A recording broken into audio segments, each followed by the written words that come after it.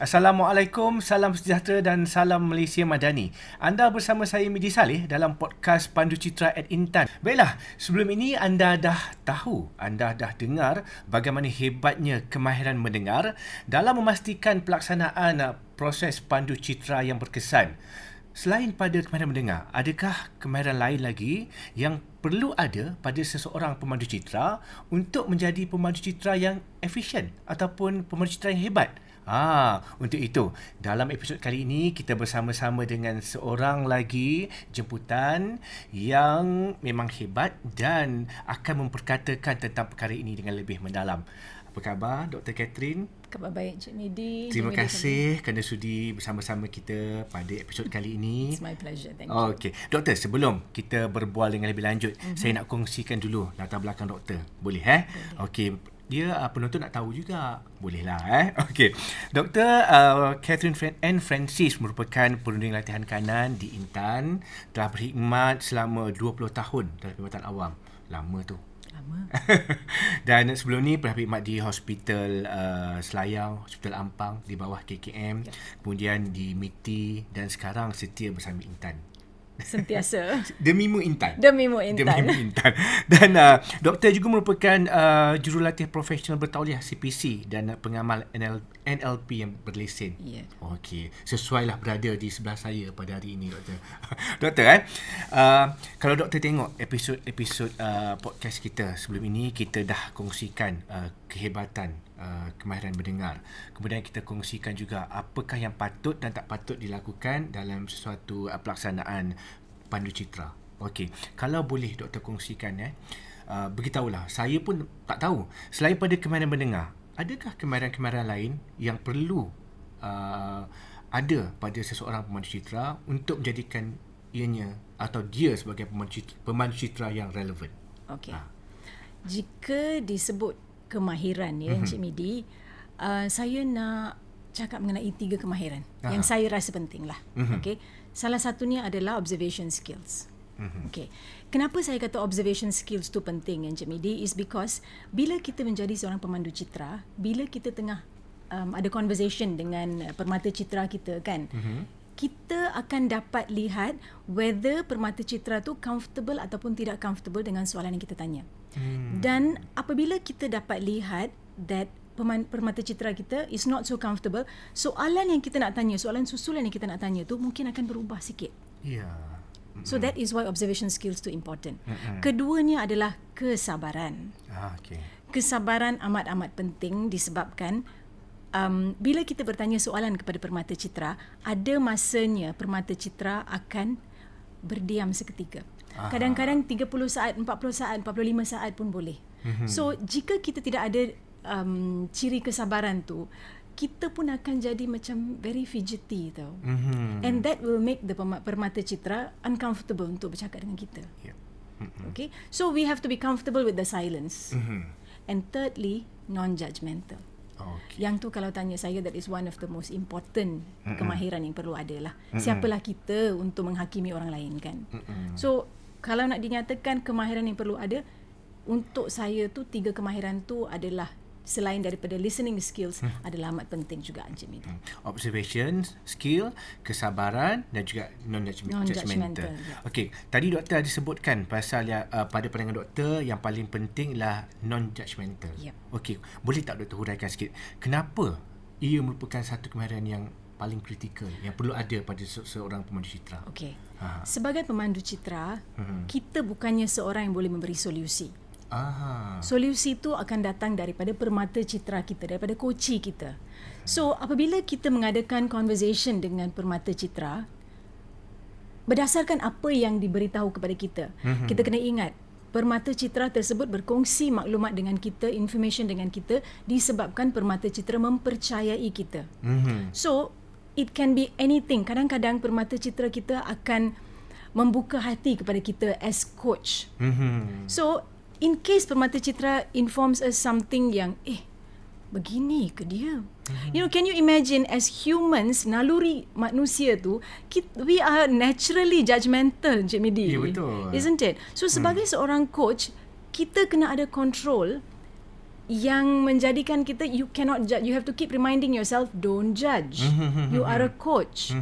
It's not you, it's the coachee. Yeah. So itu menyebabkan mengapa saya rasa that non-judgmental is very important. Because it's an inborn naluri yang ada kat manusia. Ya, betul. Sama juga dengan kesabaran, doktor, kan? Kita kesabaran ni, tahap kesabaran kita berbeza-beza. Mencabar kan, ya, sabar. mencabar kan. Tadi saya terbayang, betul lah, kalau Permata Citra tu dia keep on silent macam lama. Dan kita punya sebagai pemandu citra ni, kalau tak berpengalaman, rasanya macam hampir sampai bila lah aku nak tunggu 3 hari kemudian. Ada macam tu kan, kalau lama sangat kan. Betul. Okey, betul. Non-judgmental. Memang salah satu kemahiran yang saya rasa memang kalau tak develop dengan baik dan dalam tempoh proses yang lama, susah nak jadi non-judgmental ni. Memang susah. Ya, doktor. Okey. Non-judgmental kita dah tahu, kesabaran kita dah tahu, observation skill kita dah tahu. Okey. Bagaimana seorang pemandu citra, doktor, kan? Okey, dengan menggunakan tiga-tiga kemahiran ni, okey, dan kemahiran mendengar lah, of course, kan? Dia boleh meningkatkan kompetensi dia sebagai seorang pemandu citra yang baik. Bagaimana dia boleh gabungkan kesemua kemahiran ni? Okey. Kemahiran-kemahiran yang saya telah maklumkan tadi, kan? Untuk develop kemahiran tu pun akan ambil masa. Ya. Okay. And we have heard the frasa yang menyatakan practice makes perfect. Okay. So kita gunakan practice makes perfect tu dalam kehidupan seharian lah. Bukan sahaja apabila kita menjadi seorang coach kepada coachee, tetapi jadikan dia amalan. That means bila kita bercakap dengan staff ke, bila kita bercakap dengan bos, di dalam rumah pun. So bila kita jadikan nilai-nilai tersebut ataupun kemahiran-kemahiran tersebut sebagai amalan, I mean, can you imagine, Cik Midi, bila kita bercakap dengan anak-anak, we need patience. Yeah. And pada masa tu lah patience kita amat-amat short. Betul. Kan? So kita cuba latih diri kita untuk menjadi, untuk to be able to be patient enough untuk menjawab soalan. Okay, selain daripada tu non-judgmental. Non-judgmental di rumah is very difficult. Yeah. Okay, but kita boleh cuba amalkan di office. Alright. So that practice makes perfect tu boleh menjadikan kita seorang pemandu citra yang efektif. So bila it is not necessary untuk kita ada coachee baru kita boleh practice. It's not like a topi that you wear pada masa tu. Bila saya pakai topi coach, okay, now I'm a coach. It doesn't work that way. Benda tu has to be, bila orang cakap kat kita, they will feel the difference. They will see the difference. That is seorang pemandu citra yang efektif lah. Dan dia akan apply dia punya kemahiran-kemahiran tu sepanjang masa. Dia bukannya masa berlakunya proses pandu citra tu, masa tu lah. Nope. Okay. Kalau doktor cakap macam tu, saya nak go deep sikit. Sebagai seorang ibu bapa, ibu lah. Macam mana doktor apply doktor punya pengalaman, kemahiran sebagai pemandu citra dengan menggunakan kemahiran ni dengan anak-anak? Okay. Mungkin boleh bagi satu case study, satu senario ke untuk kita lebih faham. Okay. Saya selalu, bila saya mula pergi untuk kursus, that means sebelum saya ditauliahkan, sebab kita belajar teori dulu kan. Bila saya balik, saya akan cuba gunakan soalan-soalan yang saya belajar. Yang saya paling suka adalah di mana kita tanya on a scale of 1 to 10, where do you stand? Sebab anak-anak kita masa tu masih belajar lagi. Okay. So especially when it comes to studies, dalam persediaan menghadapi peperiksaan tu, I will ask him, at a scale of 1 to 10, where are you now? Okay, dia akan kata, I'm at 3 ke, I'm at 4 ke. Okay, apa yang kamu perlu lakukan untuk ke tahap 8? What do you need to do to reach 8? We don't go to 10 first lah. Daripada 5 mungkin kita nak capai ke 8. So what do you do? So much so, yang dia dah macam biasa dengan soalan yang saya akan tanya. So that is one example. Selain daripada tu, of course anak-anak kita dah gain trust daripada mereka. Secondly, that non-judgmental kan. Bila sahaja anak saya datang kat saya nak tanya something, dia akan kata, because my son, he can be very sometimes very defensive. So sebelum dia jadi defensive tu, I will say, okay, that thing about being non-judgmental lah. I'll say, okay, saya tahu yang benda ni mencabar, but I also believe that you will be able to overcome it. So can you tell me? And I will ask him. It is not always successful, trust me. Okay. Tapi 90% of the time it works. 90% of the time it works. So that is untuk saya pun mencabar juga sebagai seorang ibu, because after some time they become very smart. They know yang kita akan tanya soalan tu. So mereka dah bersedia dengan jawapan. And sometimes saya ditanya, kenapa asyik tanya soalan macam ni je? I'm not your test subject, okay? Jadi macam tu, so they know what to expect. So that's a kind of cabaran, but it has been successful kepada saya sebagai seorang ibu, di mana saya cuba coach anak-anak sendirilah. Kan? Yelah, kalau setiap kali tanya skill apa, di mana skill dia? Diorang pun dah tahu ya. Tapi betul lah, menurut penerangan doktor tadi kan, sebab kalau sebelum ni kemahiran communication skill sebagai parent tu lain, tapi bila dah jadi pemandu citra ni, dia ada boleh pelbagaikan kemahiran sebagai parenting tu kan. Satu cabaran adalah sebagai seorang parent, kita selalu suka bagi solusi. Yang tu dalam coaching tak boleh. So kan? Saya kena train diri saya sebagai seorang ibu, nak bagi anak saya fikir sendiri. Yang tu mencabar, Aunty Midi. Betul. Sangat mencabar. Kan, betul. Kita sebagai individu pun kan, kita selalu mengharapkan soalan bersedia dengan jawapan.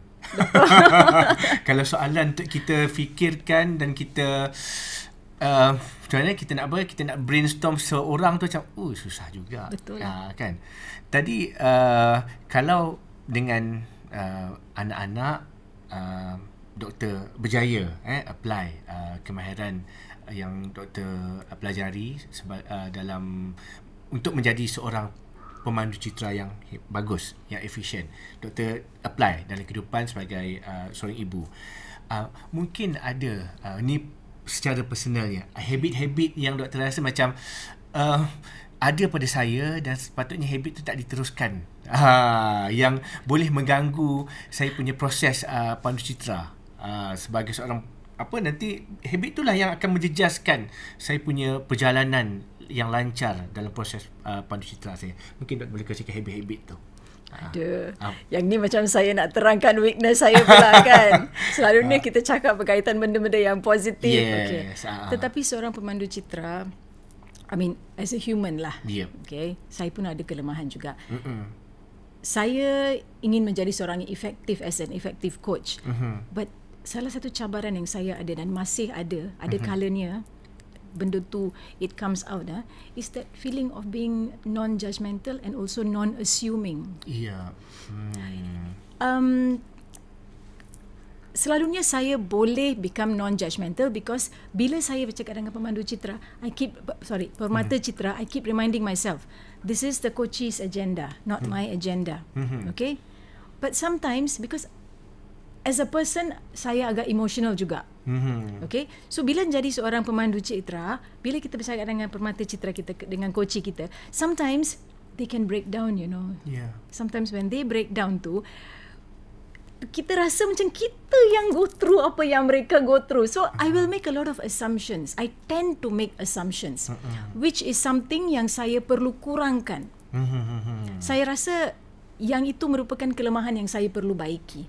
Judgmental semakin berkurang, but that assuming, yang itu I have to kurangkan lagi lah. To stop being, because I have to detach myself from the coachee and not become emotional as with the coachee. Doktor, tapi bukan ke by assuming tu kan, by assumption tu, kita lah sebagai pemandu citra boleh membantu kita merancang soalan-soalan yang sepatutnya kita tanya. Bukan ke macam tu, doktor? Okay. Dalam coaching, assuming is not the key thing. Kita kena clarify. Sekiranya kita mempunyai keraguan, kita perlu bertanya soalan yang clarifying. Because kadang-kadang benda yang kita assume tu untuk kita mungkin betul, tetapi bukan itu yang coachee maksudkan. So we have to clarify. When you say when you say that you are unclear about your goals in the next 5 years, what you really mean is macam tu. We have to get the clarification. We cannot assume. Okay, kan? Alright. Tak boleh assume, kita kena clarify. Yep. Untuk mendapatkan jawapan yang tepat dan kita punya perjalanan proses pandu citra kita itu kena inline dengan objektifnya. Yes, because bila kita tanya soalan yang clarifying, mungkin permata citra kita pun, they will be able to see a different perspective. Oh ya. That's one of the things. Doktor berjaya buat saya berfikir pagi ni lah dengan jawapan doktor. Saya jadi coach. Dia indirectly dah jadi macam tu. Doktor, sambil-sambil tu kita boleh minum, doktor. Okay, terima kasih. Silakan. Tuan rumah tak jemput minum pula. Di tuan rumah bila dia dah khusyuk dengar jawapan pada tetamu tu, dah lupa dah. Sama dengan orang yang okay. Parent dah dari segi aspek ibu bapa tadi doktor dah share. Itu memang dia memang true case story lah sebenarnya. Dan pandu citra juga saya rasa penting. Dia punya kemahiran-kemahiran yang doktor kongsikan tadi penting ada pada seorang pemimpin.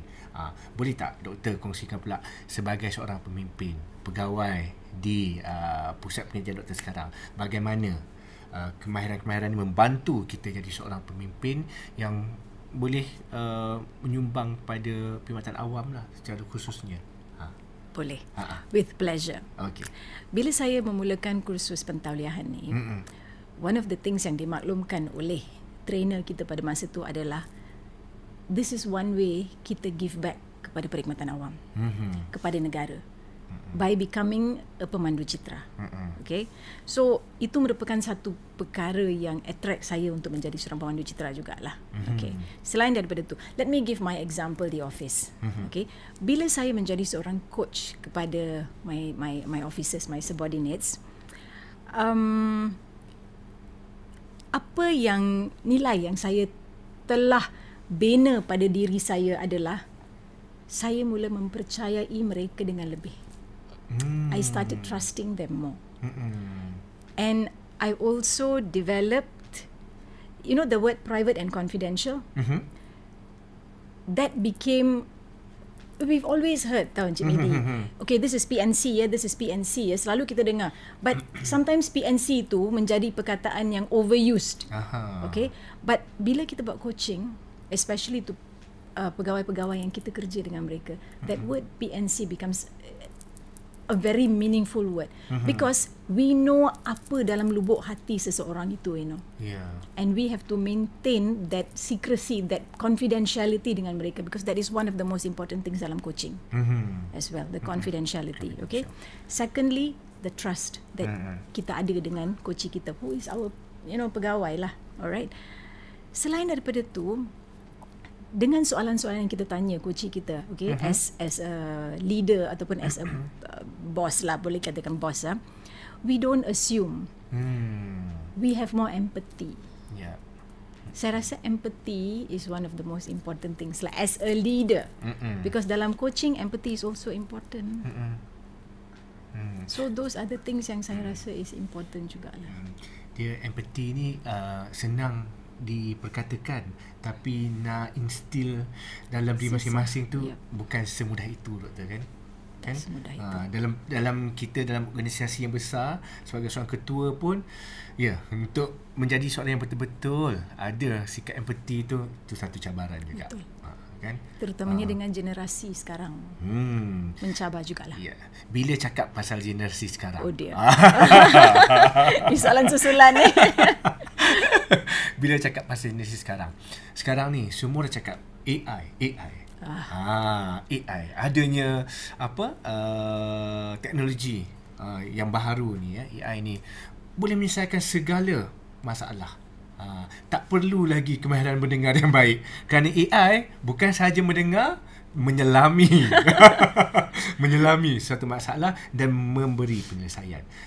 Pada pandangan doktor, adakah dengan kehadiran teknologi AI ni akan menjejaskan ataupun boleh bawa impak yang kurang baik kepada objektif proses pandu citra ni?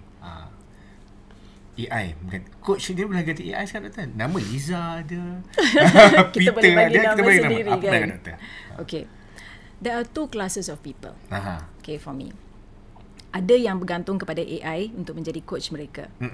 Maybe for them AI tu dapat menyelesaikan isu-isu yang mereka ada ataupun boleh membuatkan mereka berfikir. But satu perkara yang AI tak ada adalah the emotional connection. The empathy bila kita bercakap dengan seorang coach. As a coach, when you have the human touch, benda tu lain, Cik Midi. It's totally different. Dengan AI, yes, you can speak dengan AI tu, kita boleh tanya soalan, AI akan bagi jawapan, saya setuju. Tetapi di manakah human touch yang ada? Di manakah ciri kemanusiaan yang ada di antara dua manusia yang sedang berbicara tu? Itu akan lack bila kita terlalu bergantung kepada AI. Kan? Dan cara perbincangan dan bagaimana solusi ataupun penyelesaian masalah tu pun berbeza. Berbeza sebab mungkin AI lebih sangat ideal. Tapi kalau bersama manusia ni lebih realistik. Lebih realistik dan juga okey. Kita ambil contoh conversation kita berdua ya. Kita boleh ketawa. Saya boleh dengar suara Encik Midi. Saya boleh dengar Encik Midi ketawa, senyum. Tapi bila kita berbicara dengan AI, mungkin kita tidak dapat merasa semua benda tu. Kadang-kadang bila kita senyum sahaja, it makes a world of difference. Kan? Saya terpukau lah. Penerangan doktor ni, dia betul, dia punya human touch tu dia betul-betul ada. Perlu ada. Doktor cakap tadi, maknanya secara prinsipnya AI coach ni tak bolehlah menggantikan pemandu citra ataupun coach, kan? Human pemandu citra tidak boleh digantikan dengan AI coach. Tak boleh, okey. Itu pendapat saya. Okey. So doktor lihat bagaimanakah way forward proses pandu citra ni dalam perkhidmatan awam secara keseluruhannya selepas ni. Okay, let me rephrase that, Cik Midi. Okay. Are you asking me what is the future of coaching dalam perkhidmatan awam? Ya, betul. Okay. Dalam 10 tahun lepas, kita selalu dengar dunia VUCA. Dunia? VUCA. Alright. Okay, kita selalu dengar dunia VUCA kan? VUCA is supposed to be volatile, uncertain, complex and ambiguous. Yes. Okay. Sekarang, tak ada lagi VUCA. Sekarang dah BANI. Betul. Okay, dunia BANI. So we have got okay, what BANI stands for. It's a very overwhelming masa sekarang. Perbezaan di antara VUCA dan BANI is VUCA is lebih kepada external. It's situational. Tetapi BANI ni, because it is psychologically connected. Pada masa sekarang, dalam perkhidmatan awam, level stres sangat tinggi. Dan ia memberi kesan kepada cara kerja kita dalam perkhidmatan awam. So, pegawai-pegawai kerajaan sekarang, what they are going through, the stress they are going through is very internal. Okay? It's complex. It's incomprehensible. It is, those kind of things, terutamanya selepas zaman COVID. Jadi, coaching merupakan salah satu solusi untuk memastikan, kalau kita cakap specifically on perkhidmatan awam, coaching merupakan salah satu cara in the civil sector bagaimana kita boleh memantapkan lagi perkhidmatan kita, because we are making people think. We are making our coaches think to become solution based. Level stress kita tinggi. So bila kita bercakap dengan seorang coach, ada kalanya ataupun ada option untuk kita berfikir, okay, how can I, bukan sahaja in your personal life but also in your private life. Sorry, bukan sahaja in your personal life but also on your career. Bagaimana kita boleh selesaikan masalah ni? Bila kita bercakap dengan somebody, how can I solve this problem? Okay, I can do this. Okay, I can do this. So in a stressful situation in the public service, because sekarang public service is very demanding. The citizens have become very demanding. So untuk kita cater dan memastikan penyampaian perkhidmatan kita adalah ke tahap yang dikehendaki oleh the citizens, we have to upgrade ourselves, upskill ourselves. And how do we upskill ourselves? We have to be solution based. And the way to become a solution based is by having the ability to be problem solvers, by being able to think. Bagaimana nak perkemaskan skill atau kemahiran itu, kena faham apakah kriteria-kriteria yang perlu ada pada pemandu citra. Kan. So saya pun kena pergilah agaknya kursus kena jadi coach juga, pemandu citra juga. Baru Cik Medi ada ciri-ciri. Dan baru saya layak pula duduk sebagai jemputan. Ke doktor, masa doktor saya jadi. Okey doktor. Berdasarkan kita punya sharing session selama mungkin dalam 15 minit tadi, banyak doktor sharekan kemahiran-kemahiran yang perlu ada pada seorang pemandu citra, bagaimana kemahiran itu juga membawa kebaikan kepada parenting punya method, dan sebagai seorang ketua di jabatan atau organisasi. Apa nasihat yang doktor boleh berikan, inilah dia last few words untuk menjadi seorang pemandu citra yang efisien? Apakah yang perlu ada selain pada kemahiran ni, dan mungkin doktor boleh rumuskan sum up kemahiran dan juga mungkin human punya natural punya behaviour ke, apa yang doktor boleh sum upkan? Firstly, jadi pemandu citra. Okay. As I mentioned earlier, nilai-nilai ataupun kemahiran yang perlu ada tu is, one of the things is listening lah, don't assume and judgmental and all those kind of things. Tapi selain daripada tu, we need to be good humans. Okay? Kita ada ajaran agama sendiri. So, become good human beings. When you become a coach, percaya yang kita boleh membawa kebaikan untuk seseorang. You can bring out the best in seseorang tu. Kita boleh membuatkan seseorang tu melihat potensi yang ada pada dirinya. That is the thing that you have. And bila kita dapat lihat benda tu, when the person flourishes, satisfaction yang kita dapat tu, Cik Medi, is bulu roma meremang lah. Bukan sebab takut, but because you feel that kita dapat membuat perubahan dengan soalan-soalan biasa sahaja in a person's life. I am very passionate about that. Those are the final words that I can share with Terima kasih doktor. Doktor dah bawa saya ke mana-mana dah ni. Dalam 20 minit dah, masuk 30 minit dah. Terima kasih doktor. So terima kasih sekali doktor kerana sudi bersama-sama dengan kami dalam episod kali ini. Dan kita harapkan penonton-penonton podcast Pandu Citra Intan, dia boleh ingat sedikit sebanyak kemahiran-kemahiran yang perlu ada pada seorang pemandu citra: mendengar, memerhati, sabar, dan juga jangan judge. Dia hashtag dia, we listen but we don't judge. Okay. Alright. Terima kasih doktor. Dan kita harapkan yang ini bukan kali terakhir.